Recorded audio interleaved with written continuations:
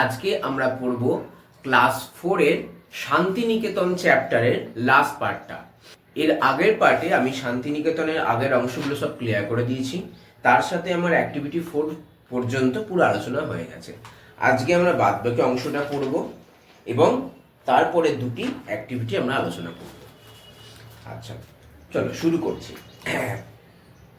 বলছে nothing has changed, কোনো কিছুই পরিবর্তন হয়নি। চেঞ্জ মানে পরিবর্তন হওয়া।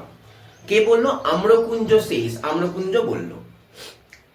দে are see the students, Amrakunja বলছে দেখো, ওই দেখো ছাত্রদেরকে দেখো। They are sitting in open air, বলছে তারা বসে আছে কোথায়? খোলা বাতাসে। ওপেন মানে খোলা বা মুক্ত, এয়ার মানে বাতাস। The earth is their classroom, বলছে এই পুরো আর্থ মানে পৃথিবী, বলছে পৃথিবীটা হচ্ছে তাদের কি? ক্লাসরুম, শ্রেণীকক্ষ। The sky is their roof, বলছে আকাশ হচ্ছে তাদের রুফ, ছাদ। আমাদের প্রত্যেকটা বাড়ির যে রুফ থাকে, যেখানে পাখা লাগানো থাকে, সেটা হচ্ছে সেটাকে ছাদ বলে। তো এখানে বলছে the sky is their roof, মানে তাদের শ্রেণীকক্ষের ছাদ হচ্ছে আকাশ।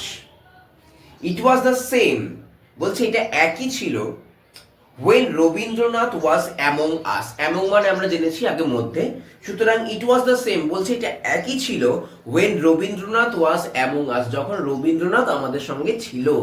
ঠিক আছে, তারপরে the bell rings at Singha সদন। ঠিক আছে, এটা বানানটা ভেঙে ভেঙে মুখস্থ করবে, সিংহ তারপর সদন। বলছে দ্য বেল, বেল মানে ঘন্টা, রিংস মানে দেখবে প্রত্যেকটা স্কুলে ঘন্টা বাজে না, ঢং ঢং ঢং ঢং করে, তো সেটাই বলছে the bell rings at Singha সদন। সিংহ সদন বলে একটা জায়গা আছে শান্তিনিকেতনে, সেখানে ঘন্টা বাজে। দ্য গেটওয়ে, এই সিংহ সদনটা কি? সিংহ সদন হচ্ছে গেটওয়ে। গেটওয়ে মানে হচ্ছে তোমার প্রবেশ পথ বলতে পারো। বেশি কঠিন মানে করে বলবো না, বেশি কঠিন মানে করে বললে সেটা আমার পাণ্ডিত্য জাহির হবে, কিন্তু তোমাদের মাথা সেটা ঢুকবে না, সুতরাং সেগুলো করে লাভ নেই। গেটওয়ে মানে সিম্পল বাংলা মানে হচ্ছে প্রবেশ পথ, মানে ঢোকার জায়গা। বলছে কি the bell rings at Singha Sadan the gateway, বলছে ঘন্টা বাজে কোথায়? সিংহ সদনে। এই সিংহ সদনটা কি? একটা গেটওয়ে, প্রবেশ পথ। সেজ শ্যামলী, এই কথাটা কে বললো? শ্যামলী বলল। আমরা আগের দিন পড়েছি Shyamali. It will ring for future generations, বলছে ইট উইল রিং মানে এটা বাজবে, ফর কাদের জন্য? Future generations. ফিউচার কথার মানে হচ্ছে ভবিষ্যৎ, এবং জেনারেশনস কথার মানে হচ্ছে প্রজন্ম।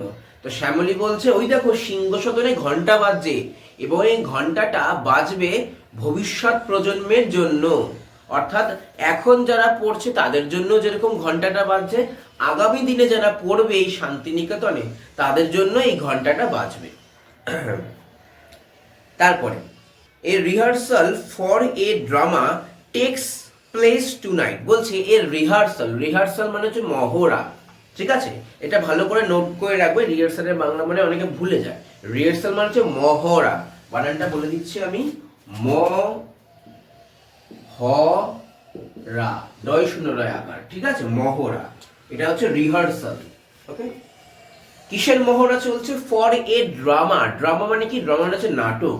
বলছে একটা নাটকের মহড়া চলবে। টেক্স, আচ্ছা কখন চলবে? প্লেস টুনাইট, বলতে আজকে রাত্রে। বলছে আজকে রাত্রে এইখানে একটা নাটকের মহড়া চলবে। সেজ পুনশ্চ, এই কথাটা কে বললো? পুনশ্চ বলল।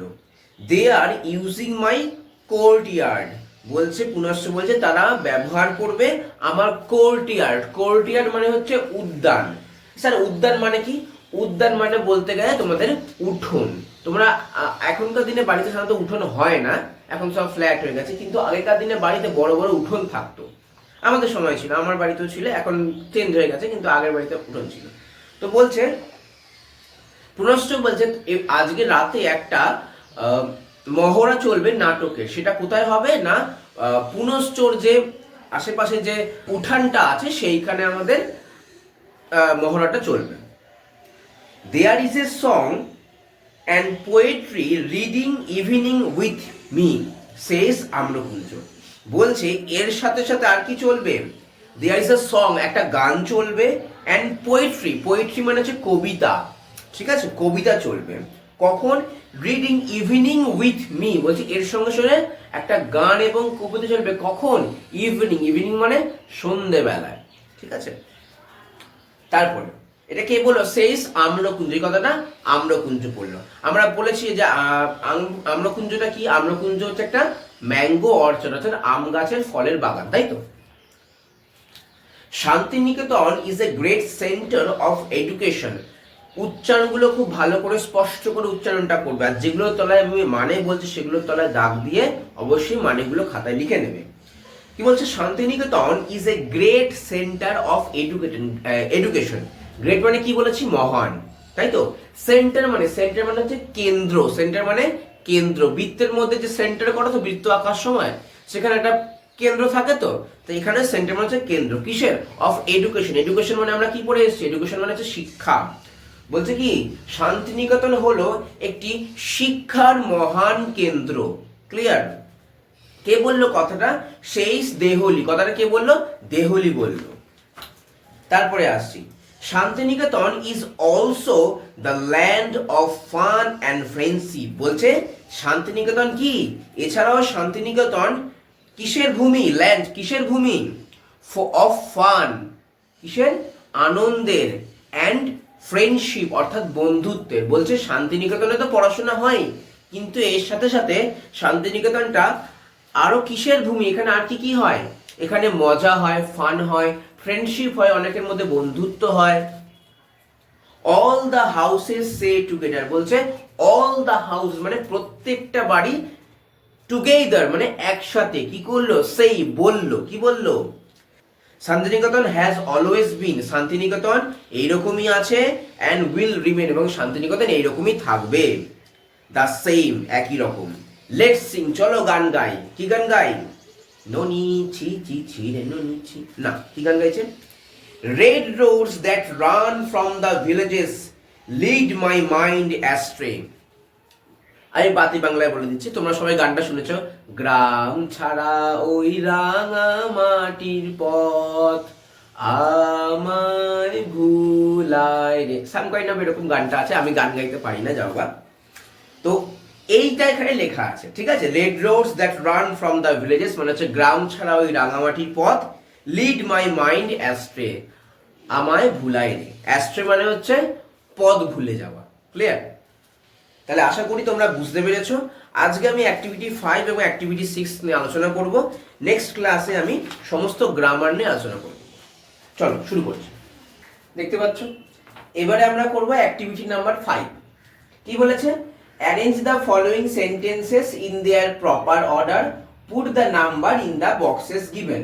বলছেন এরকম বাক্য দিয়ে দিয়েছে, অর্থাৎ বাক্যগুলোকে ঘটনাক্রমে আমাদের সাজিয়ে লিখতে হবে। আগে ঘটনাগুলো পড়ে নি, কি কি দিয়েছে বাক্যগুলো। There is a song and poetry reading, আচ্ছা এটা ইভিনিং লিখেছি, জায়গা হয়নি বলে আমি ড্যাশ দিয়ে লিখেছি, ঠিক আছে।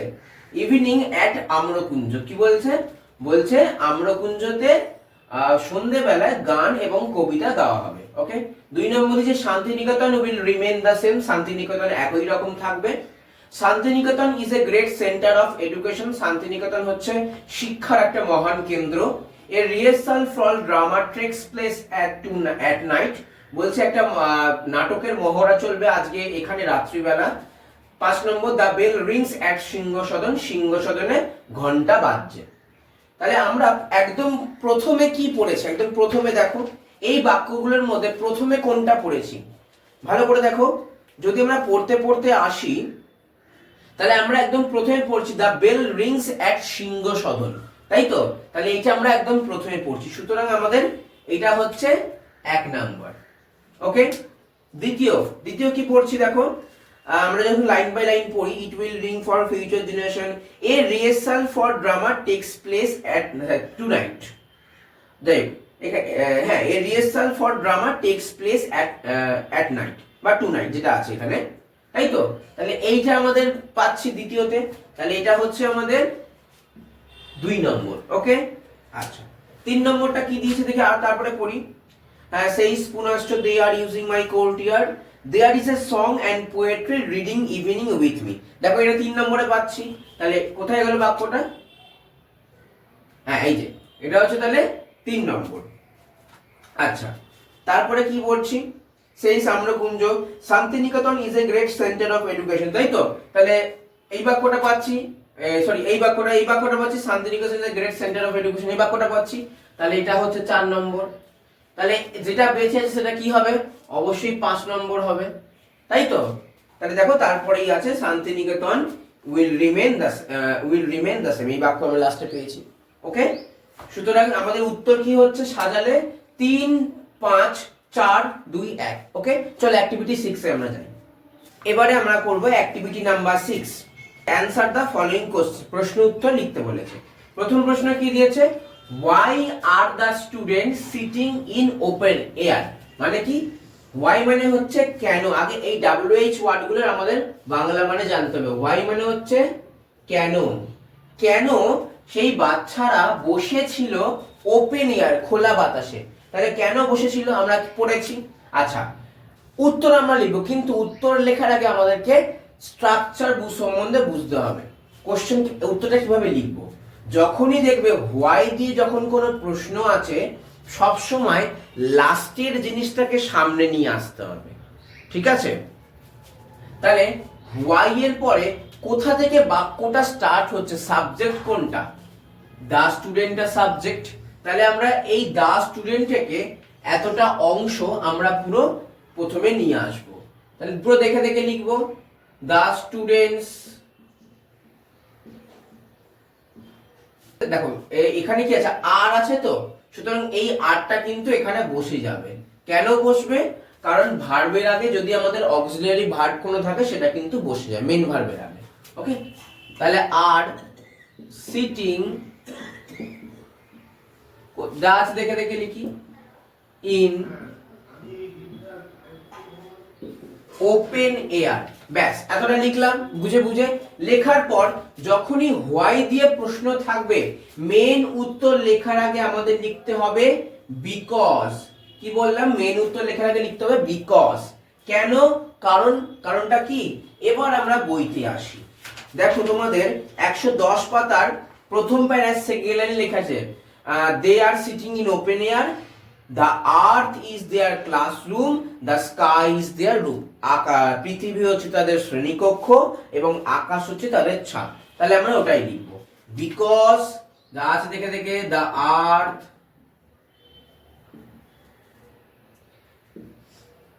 is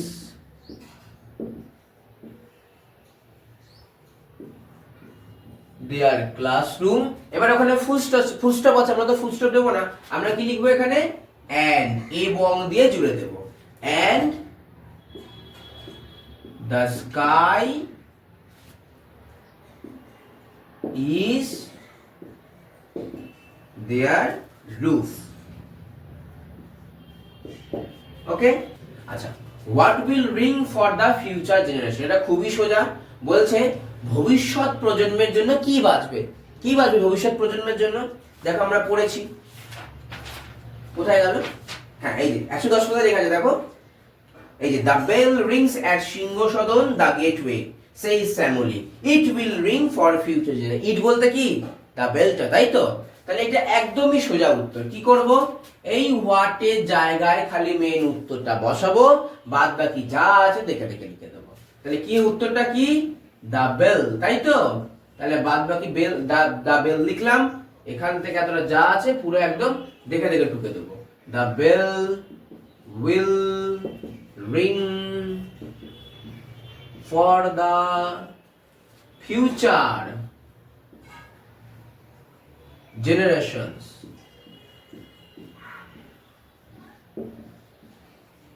Full stop. The bell will ring for the future generations। ঘন্টা বাজবে ভবিষ্যৎ প্রজন্মের জন্য। ঠিক আছে, এইটা লিখলেই কাফি। ক্লিয়ার? চলো পরবর্তী দুটো কোশ্চেনে আমরা যাই। এবারে আমরা অ্যাক্টিভিটি 6 এর বাকি দুটো উত্তর নিয়ে আলোচনা করব। কি বলছে, how is the courtyard of Punashcha used. বলছে পুনশ্চর যে উদ্যানটা, উঠোনটা, সেটা কিভাবে ইউজ করা হবে। তাহলে আমরা পড়েছি কিভাবে ইউজ করা হবে, যে একটা নাটকের মহড়ার জন্য, তাই তো? তাহলে আমরা লিখবো ওটা, কিভাবে লিখবো, দেখো হাউ দিয়ে প্রশ্ন আছে, কোন টেন্সে, প্রেজেন্ট টেন্সে, তাহলে আমাদের সেভাবে উত্তর লিখতে হবে। হাউ দিয়ে প্রশ্ন থাকলে একই রকম, হোয়াই আর হাউ একই রকম, যা আছে এখানে দেখে দেখে লিখবো।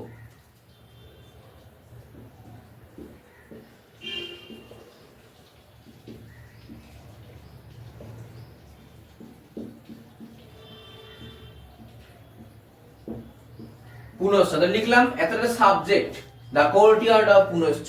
এবার সাবজেক্টের পরে ভার্ব, ঠিক আছে, বসে, কিন্তু তার আগে কি আছে আমাদের একটা অক্সিলারি ভার্ব আছে, তাহলে সেটাকে আমাদের বসাতে হবে। এটা না থাকলে আমরা বসাতাম না, যেহেতু আমাদের বসাতে হবে, তো তাহলে কি এইখানে হবে ইজ, তারপরে ইউজড, কিসের জন্য, একটা রিহার্সালের জন্য, তাই তো, তাহলে ফর এ কিসের, একটা নাটক, না সরি, ফর এ রিহার্সাল, একটা রিহার্সালের জন্য।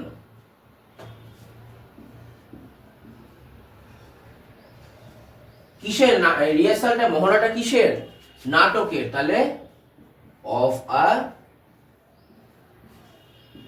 ড্রামা। ওকে, তাহলে the courtyard of Punashcha is used for a rehearsal of a drama. পুনশ্চর যে উঠোনটা সেটা ব্যবহার করা হয়েছিল একটা মহড়ার জন্য, কিসের, সেটা ড্রামার। ঠিক আছে, এই উত্তরটাকে আর এক রকম ভাবেও লিখতে পারি, the courtyard of Punashcha used for a, খালি এই এতটা না লিখে লিখলে তুমি এখানে লিখতে পারো ড্রামা রিহার্সাল।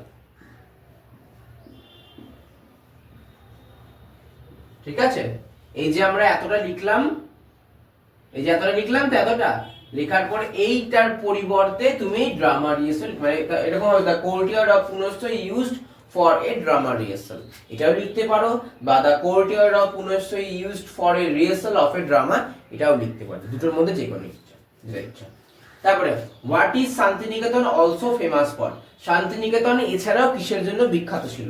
দেখো বইতে দেওয়া আছে Santiniketan is a great centre of education, মানে শান্তিনিকেতন ছিল আমাদের, হ্যাঁ শান্তিনিকেতন ছিল, আচ্ছা অলসো ফেমাস ফর, তাই তো, আচ্ছা শান্তিনিকেতন আরো কিসের জন্য বিখ্যাত ছিল, প্রথম কথা সে এডুকেশনের জন্য বিখ্যাত ছিলই, আরো কিসের জন্য বিখ্যাত ছিল, দেখো লেখা আছে 111 পাতায়, Santiniketan is also the land of fun and friendship. তাহলে চলো আমরা লিখবো, কি বললো, তাহলে এখানে দেখো হোয়াট আছে, তাই তো, এখানে আমরা উত্তর লিখতে পারি, আমরা হোয়াট থেকে উত্তর লিখতে পারি, কিন্তু আমাদেরকে তো ঠিকঠাক শিখতে হবে, তাহলে আমরা গুছিয়ে লেখা শিখবো। এখানে কার বিষয়ে বলছে, শান্তিনিকেতনের বিষয়, তাহলে আমরা কি লিখবো, সাবজেক্টে শান্তিনিকেতন, অক্সিলারি ভার্ব আছে এর মধ্যে, হ্যাঁ আছে, তাহলে ইজ, যা আছে দেখে দেখে বসাবো, অলসো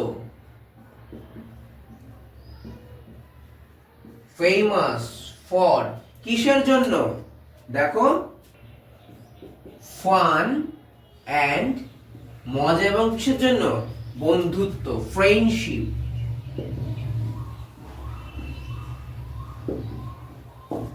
শান্তিনিকেতন আরো কিসের জন্য বিখ্যাত, শান্তিনিকেতন বিখ্যাত তোমার ফান, মজার জন্য এবং ফ্রেন্ডশিপের জন্য। আচ্ছা যদি এখানে বলে দিত যে এই ধরো অলসো কথাটা না দিল, এখানটা ভালো করে খেয়াল করবে, এটা ঘুরিয়ে প্রশ্ন দিবে, ধরো এখানে পরীক্ষায় এই অলসো কথাটা না দিল, খালি প্রশ্ন দিল যে what is Santiniketan famous for, তখন আমাদের উত্তর লিখতে হতো Santiniketan is famous for being a great centre, হ্যাঁ being a great centre of education, খালি ওখানে বিইং যোগ করে দিতে হতো। ধরে এখানে অলসোটার কথাটা নেই, তাহলে কি লিখতাম, Santiniketan is famous for being কথাটা লিখে তারপরে a great centre of education, এটি বই থেকে লিখে দিতাম। ঠিক আছে, কিন্তু যেহেতু আমাদের এখানে অলসো মানে এ ছাড়াও বলেছে, মানে কি শান্তিনিকেতন জানে যে সেখানে, আমরা জানি যে শান্তিনিকেতন এডুকেশনের জন্য বিখ্যাত, কিন্তু এটা ছাড়াও সে আর কি জন্য বিখ্যাত, আমাদের এটা উত্তর চেয়েছে, তাই আমরা লিখেছি, দেখো লেখা আছে Santiniketan is also the land of fun and friendship, ওটাই লিখেছি যে Santiniketan is also famous for কিসের জন্য, ফান অ্যান্ড ফ্রেন্ডশিপ, শান্তিনিকেতন আর বিখ্যাত মজা এবং বন্ধুত্বের জন্য। ক্লিয়ার, আশা করি তোমরা বুঝতে পেরেছো।